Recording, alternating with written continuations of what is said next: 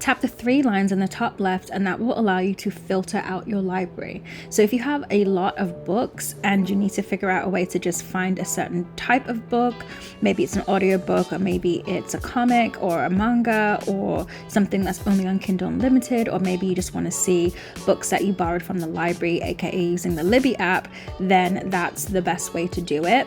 I personally like to keep all of my books organized into collections, but there's lots of different ways that you can organize your books.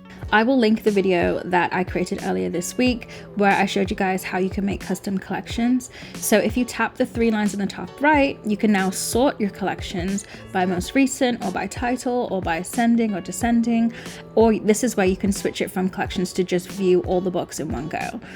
So I personally have too many for me to just be scrolling, and it doesn't move as fast as you would on an iPad or on a phone. So I personally don't like having to constantly tap to find what I need.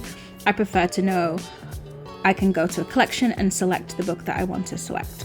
So you can also view your books in list form as well. This is another great way to quickly see the details of the book, the names of the books. I personally like to use the filter tab, and that way I can just automatically find all of my manga series or comics because it has its own tab.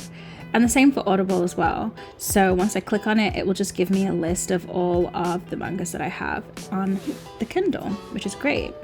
As you can see here, I have a ton of different collection names that make it easier for me to find what I need.